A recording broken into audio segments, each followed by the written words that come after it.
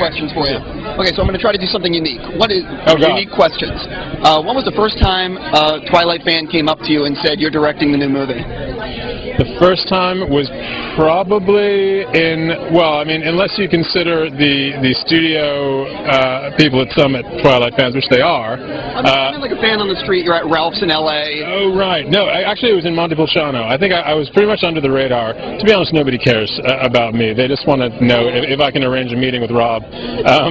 But it was in Montepulciano, actually, that I first got spotted, and I realized just how much of a phenomenon it was. Not just because of the books, but also because of the enthusiasm over the cute guys and Kristen and everything. And I realized when I saw on the internet a shot of the back of my head with a red square around it, and I thought, if people are actually willing to take a shot of the back of my head and identify it, something is going on, something big. Okay, have you already, I'm curious about the running time of the film. Have you already started thinking, is it going to be 100 minutes, 120, 130? I think it's going to come in at around 2 hours. I mean, it's whatever kind of feels right in terms of the pace of the story.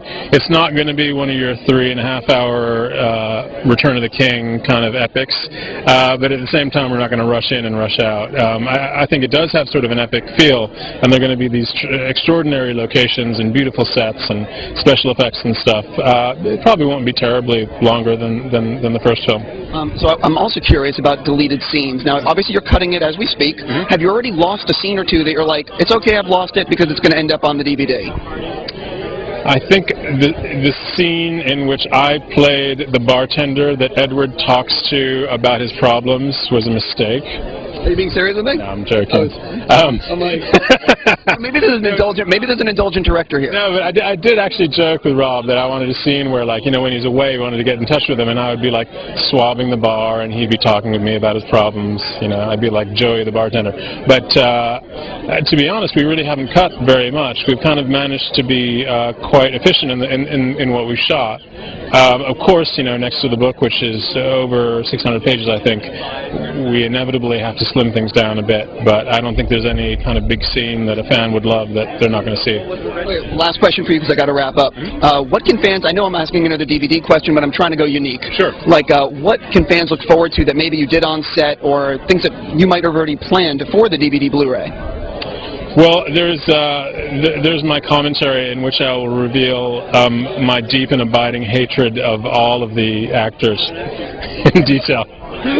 No, let me see. I mean, there will be, inevitably there'll be bits of dialogue that may have been cut out, so that I imagine you can view an expanded version of it, or what I like to call the boring version.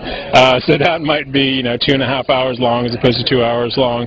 But I think that there'll be specials about how we made it. To me, it's actually very important that the fans not only see it just as passive spectators, but that they get inspired to be able to make their own films. So I think something that would inspire them to do that might be part of the DVD as well. I have to wrap up, but thank you so much, and good luck with everything today. It was a pleasure. Thank you very much.